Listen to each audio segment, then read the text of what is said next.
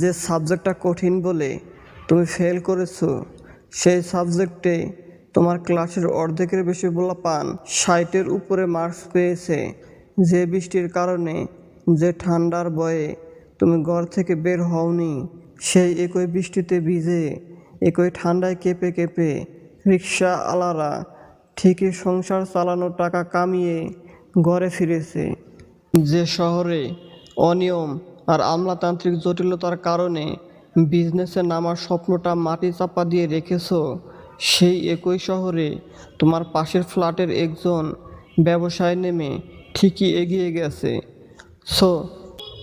সমস্যাটা আমলাতান্ত্রিক জটিলতা, শীতের ঠান্ডা কিংবা সাবজেক্ট কঠিন হওয়ার নয়। সমস্যাটা তোমার মধ্যে।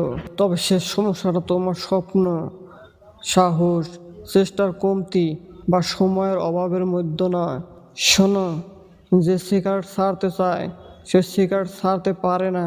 যে সামনের সেমিস্টারে দুনিয়া উল্টায় ফেলতে চায় সে সেমিস্টারেও আগের মতোই লাড্ডু মারে। তাই সিগারেট ছাড়ার স্বপ্ন বাদ দিয়ে আজকের দুপুরে লাঞ্চ শেষ করে সাথে সাথে সিগারেট না ধরিয়ে 5 মিনিট পরে সিগারেট জ্বালানোর টার্গেট নাও। পরের দিন ঠিক একই কাজ করার চেষ্টা করতে থাকো। পুরা সেমিস্টার পরে তাল গাছে উঠে যাওয়ার চিন্তা না করে ক্লাস লেকচার শেষ হওয়ার সাথে সাথে ক্লাস লেকচারের একটা টপিক 5 মিনিট বসে বসে বোঝার চেষ্টা করতে হবে। কেউ যুদ্ধ জয় করে না, একজন একজন করে শত্রুপক্ষের সৈন্যকে পরাজিত করে। কেউ সাগর পাড়ি দেয় না, বৈঠা মেরে মেরে ইঞ্চি ইঞ্চি করে সামনে এগুতে থাকে। কেউ বিশ্বসেরা খেলোয়াড় হয় না, একটার পর একটা ম্যাচে 2টা একটা করে গোল করতে থাকে। সফলতা কোনো লটারি না, সফলতা হচ্ছে কনসিস্টেন্সি।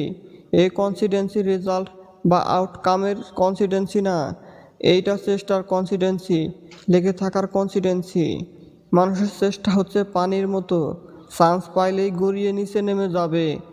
রিল্যাক্স করার কোনো পাত্রে পাইলে সেই পাত্রে আকার ধারণ করবে।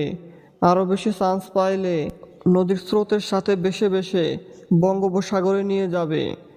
তাই রিল্যাক্স হইও না, লম্বা টার্গেট নিও না, বরং নেক্সট স্টেপের দিকে তাকাও।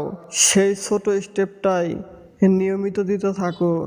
দেখবা ছোট ছোট স্টেপ পানির পাম্পের মতো তোমার চেষ্টার পানিকে একটু একটু করে উপরের দিকে নিয়ে যাচ্ছে।